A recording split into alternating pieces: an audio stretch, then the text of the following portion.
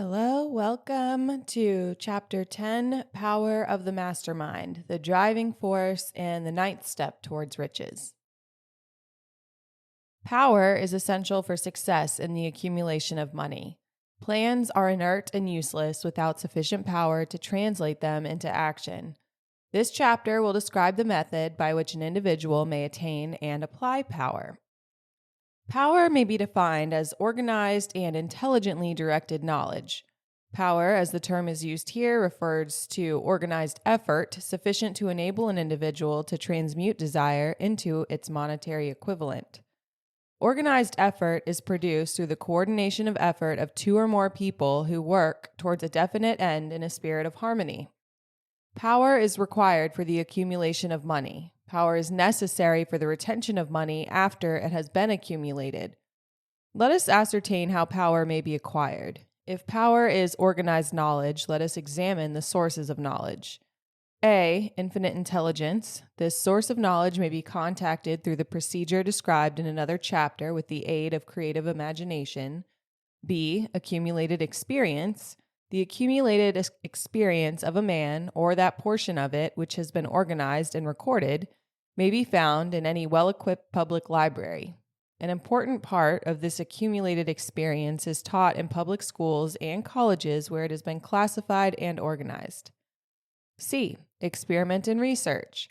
In the field of science and in practically every other walk of life, men are gathering, classifying, and organizing new facts daily. This is the source to which one must turn when knowledge is not available through accumulated experience. Here, too, the creative imagination must often be used. Knowledge may be acquired from any of the foregoing sources. It may be converted into power by organizing it into definite plans and by expressing those plans in terms of action. Examination of the three major sources of knowledge will readily disclose the difficulty an individual would have if he depended upon his efforts alone in assembling knowledge and expressing it through definite plans in terms of action. If his plans are comprehensive and if they contemplate large proportions, he must generally induce others to cooperate with him before he can inject into them the necessary element of power. Gaining power through the mastermind. The mastermind may be defined as coordination of knowledge and effort in a spirit of harmony between two or more people for the attainment of a definite purpose. No individual may have great power without availing himself of the mastermind. In a preceding chapter, instructions were given for the creation of plans for the purpose of translating desire into its monetary equivalent. If you carry out these instructions with persistence and intelligence and use discrimination in the selection of your mastermind group, your objective will have been halfway reached even before you begin to recognize it. So you may better understand the intangible potentialities of power available to you through a properly chosen mastermind group, we will here explain the two characteristics of the mastermind principle, one of which is economic in nature and the other psychic.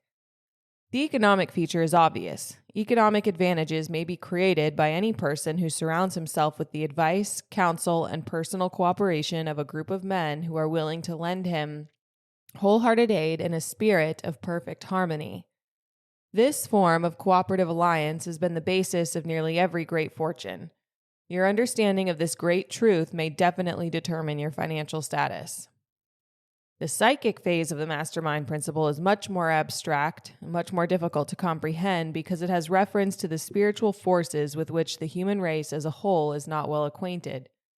You may catch a significant suggestion from this statement. No two minds ever come together without thereby creating a third, invisible, intangible force which may be likened to a third mind. Keep in mind the fact that there are only two known elements in the whole universe: energy and matter. It is a well-known fact that matter may be broken down into units of molecules, atoms, and electrons. There are units of matter which may be isolated, separated, and analyzed. Likewise, there are units of energy. The human mind is a form of energy, a part of it being spiritual in nature. When the minds of two people are coordinated in a spirit of harmony, the spiritual units of energy of each mind form an affinity which constitutes the psychic phase of the mastermind. The mastermind principle, or rather the economic feature of it, was first called to my attention by Andrew Carnegie over 25 years ago. Discovery of this principle was responsible for the choice of my life's work. Mr. Carnegie's mastermind group consisted of a staff of approximately 50 men with whom he surrounded himself for the definite purpose of manufacturing and marketing steel. He attributed his entire fortune to the power he accumulated through this mastermind. That's pretty cool. Analyze the record of any man who has accumulated a great fortune and many of those who have accumulated modest fortunes, and you will find that they have either consciously or unconsciously employed the mastermind principle. Great power can be accumulated through no other principle. Energy is nature's universal set of building blocks, out of which she constructs every material thing in the universe, including man and every form of animal and vegetable life. Through a process which only nature completely understands, she translates energy into matter. Nature's building blocks are available to man in the energy involved in thinking. Man's brain may be compared to an electric battery. It absorbs energy from the ether, which permeates every atom of matter and fills the entire universe. It is a well-known fact that a group of electric batteries will provide more energy than a single battery. It is also a well-known fact that an individual battery will provide energy in proportion to the number and capacity of the cells it contains. The brain functions in a similar fashion. This accounts for the fact that some brains are more efficient than others and leads to the significant statement, a group of brains coordinated or connected in a spirit of harmony will provide more thought energy than a single brain, just as a group of electric batteries will provide more energy than a single battery. Through this metaphor, it becomes immediately obvious that the mastermind principle holds the secret of the power wielded by men who surround themselves with other men of brains. There follows now another statement which will lead still nearer to an understanding of the psychic phase of the mastermind principle. When a group of individual brains are coordinated and function in harmony, the increased energy created through that alliance becomes available to every individual brain in the group.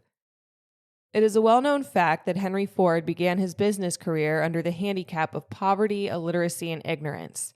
It is an equally well-known fact that within the inconceivably short period of 10 years, Mr. Ford mastered these three handicaps, and that within 25 years, he made himself one of the richest men in America. Connect this fact, the additional knowledge that Mr. Ford's most rapid strides become noticeable from the time he became a personal friend of Thomas A. Edison, and you will begin to understand what the influence of one mind upon another can accomplish. Go a step further and consider the fact that Mr. Ford's most outstanding achievements began from the time that he formed the acquaintances of Harvey Firestone, John Burroughs, and Luther Burbank, each a man of great brain capacity. And you will have further evidence that power may be produced through friendly alliance of minds. There is little doubt, if any, that Henry Ford is one of the best informed men in the business and industrial world. The question of his wealth needs no discussion.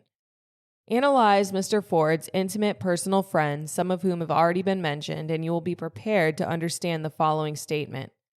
Men take on the nature and the habits and the power of thought of those with whom they associate in a spirit of sympathy and harmony. Henry Ford whipped poverty, illiteracy, and ignorance by allying himself with great minds whose vibrations of thought he absorbed into his own mind.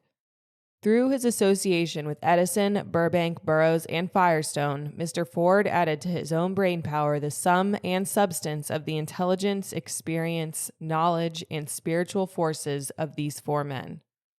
Moreover, he appropriated and made use of the mastermind principle through the methods of procedure described in this book. This principle is available to you. We have already mentioned Mahatma Gandhi. Perhaps the majority of those who have heard of Gandhi look upon him as merely an eccentric little man who goes around without formal wearing apparel and makes trouble for the British government. In reality, Gandhi is not eccentric, but he is the most powerful man now living, estimated by the number of his followers and their faith in their leader. Moreover, he is probably the most powerful man who has ever lived. His power is passive, but it is real. Let us study the method by which he attained his stupendous power. It may be explained in a few words. He came by power through inducing over 200 million people to coordinate with mind and body in a spirit of harmony for a definite purpose. In brief, Gandhi has accomplished a miracle, for it is a miracle when 200 million people can be induced, not forced, to cooperate in a spirit of harmony for a limitless time. If you doubt that this is a miracle, try to induce any two people to cooperate in a spirit of harmony for any length of time. Every man who manages a business knows what a difficult matter it is to get employees to work together in a spirit even remotely resembling harmony. The list of the chief sources from which power may be attained is, as you have seen, headed by infinite intelligence. When two or more people coordinate in a spirit of harmony and work towards a definite objective, they place themselves in position, through that allegiance, to absorb power directly from the great universal storehouse of infinite intelligence. This is the greatest of all sources of power. It is the source to which the genius turns. It is the source to which every great leader turns, whether he may be conscious of the fact or not. The other two major sources from which the knowledge necessary for the accumulation of power may be obtained are no more reliable than the five senses of man. The senses are not always reliable. Infinite intelligence does not err. In subsequent chapters, the method by which infinite intelligence may be most readily contacted will be adequately described. This is not a course on religion. No fundamental principle described in this book should be interpreted as being intended to interfere either directly or indirectly with any man's religious habits. This book has been confined exclusively to instructing the reader how to transmute the definite purpose of desire for money into its monetary equivalent. Read, think, and meditate as you read. Soon the entire subject will unfold and you will see it in perspective. You are now seeing the detail of the individual chapters. Money is as shy and elusive as the old-time maiden. It must be wooed and won by methods not unlike those used by a determined lover in pursuit of the girl of his choice. And, coincidental as it is, the power used in the wooing of money is not greatly different from that used in wooing a maiden.